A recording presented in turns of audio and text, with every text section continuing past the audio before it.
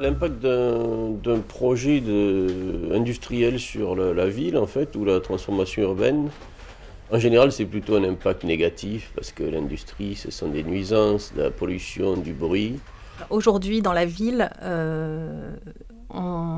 beaucoup de sites industriels ont disparu. Je pense qu'il est très important de garder certains sites industriels dans la ville, à condition de savoir les intégrer aux nouvelles exigences des centres urbains d'aujourd'hui. C'est-à-dire qu'un programme industriel en plein cœur de Paris, comme le projet du 20e, là, de centre-bus avec 30 000 m² de bureaux dans le 20e, c'est une question pour l'architecte d'intégration harmonieuse et de dynamique. C'est-à-dire qu'il faut exprimer cette dynamique d'un industriel qui reste en centre-ville, comme la RATP qui irrigue l'Est parisien, et en même temps créer de la poésie et de l'architecture. Donc c'est un challenge, mais je pense que c'est cette mixité qui enrichit notre ville de demain. Les opérations mixtes, c'est pas nouveau. Des bâtiments de logement qui abritent des bureaux, on en voit pas mal dans Paris. On en a fait beaucoup jusque dans les années 40, 50, 60. On trouve pas mal de références. Mais aujourd'hui, c'est difficile.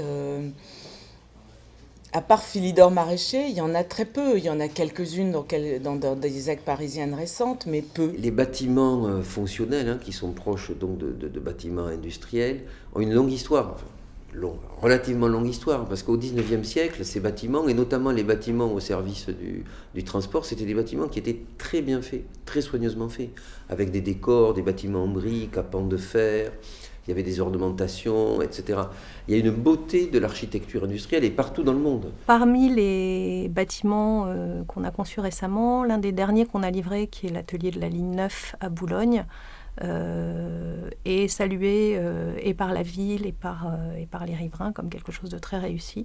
Et je pense qu'on s'attache vraiment particulièrement maintenant à valoriser notre image au travers des bâtiments. Le patrimoine des bâtiments utiles, c'est quelque chose qui est, je trouve, fondamental dans la richesse du panorama urbain. La RATP, c'est extrêmement particulier. Ils ont besoin, mais c'est le dernier opérateur industriel, je pense, ou en tout cas un des tout derniers, qui a encore besoin d'être dans la ville, parce que plus les réserves de bus, en fait, et tout le fonctionnement et toute l'infrastructure est sur le terrain même où elle agit, c'est-à-dire dans le centre-ville, et plus le service est efficace.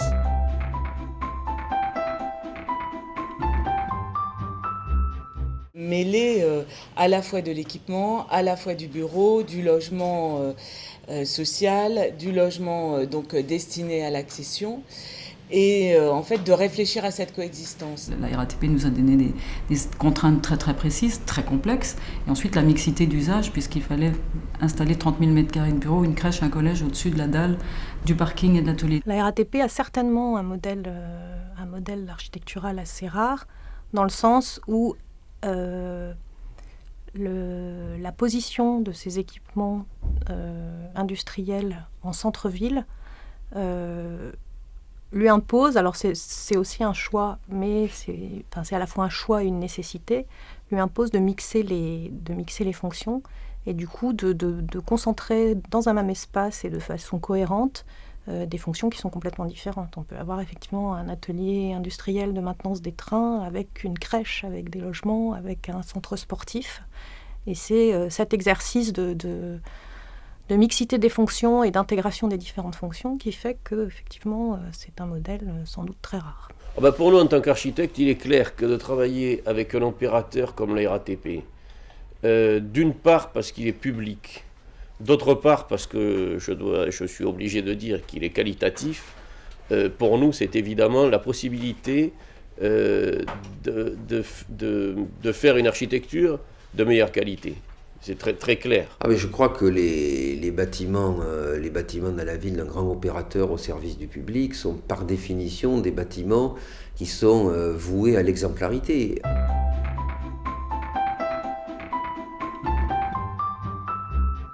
La RATP, je pense, est en train de créer un nouveau modèle. Notre projet pour le 20e était une première européenne et en fait revaloriser ces terrains. ces sites, de faire en sorte que le dessus, les charges foncières en gros, payent le dessous. C'est quelque chose de nouveau que la RATP est en train de multiplier. Je pense que c'est une excellente idée et je pense qu'ils sont en train de créer ce nouveau modèle. C'est quand même au service de la mobilité des habitants de la ville, et on sait bien que la mobilité entraîne avec elle toute une dimension sociale, toute une dimension de plaisir urbain, etc. J'ai travaillé pour la RATP il y a maintenant 10 ans, puisque c'était en 2005. Ce qui m'a vraiment intéressé dans le mode de consultation de la RATP, c'est qu'en fait c'était à la fois, en tout cas il y a 10 ans, c'était évidemment un mode de concours, mais qui ne demandait pas à figer complètement l'image du projet. Ce qui est intéressant quand vous êtes choisi, mais que le projet n'est pas tout à fait figé, c'est que vous avez ensuite tout le temps des études. Des études d'un projet, ça dure 1 an et demi, pour ne pas uniquement détailler une intuition, mais cette intuition, l'approfondir, la développer, la nuancer. Nous, c'est ce qu'on a fait avec le siège de la SEDP rue Philidor à Paris. On est parti sur un principe, on nous a fait confiance sur un principe, mais ce principe, il a été largement approfondi dans les phases études. Un bâtiment industriel de la RATP doit être un bon support de marque. C'est-à-dire qu'il y a tout justement un travail sur l'enveloppe et sur l'insertion urbaine qui fait que ce bâtiment doit porter fièrement l'image de la RATP comme transporteur, mais aussi comme mainteneur, comme outil industriel. Et que ça, c'est tout le travail justement de l'architecte, d'arriver à valoriser ce qui peut être perçu de prime abord comme quelque chose qu'on devrait cacher.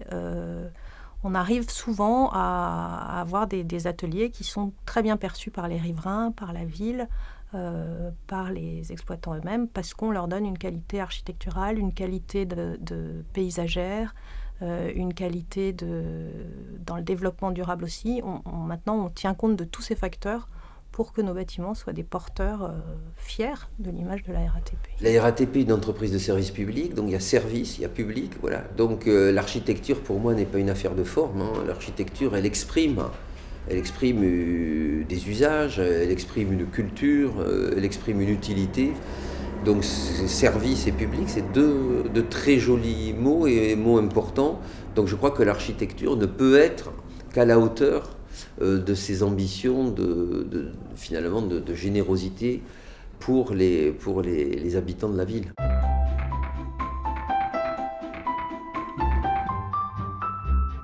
Alors la ville de demain, quelle question ? C'est difficile d'y répondre, c'est tellement complexe et vaste. Je pense qu'il y a tellement d'échelles à prendre en compte pour que la ville de demain soit durable et agréable, c'est-à-dire il y a la macro-échelle, les grands réseaux, le Grand Paris, ce qui est formidable, les gares, ce qui va se passer autour. Mais cette rénovation urbaine, elle doit s'accompagner d'une rénovation humaine aussi. Donc l'attention de l'individu, de la vie de chaque quartier. Donc si vous voulez, moi dans mes projets, j'essaie toujours d'amener de la nature.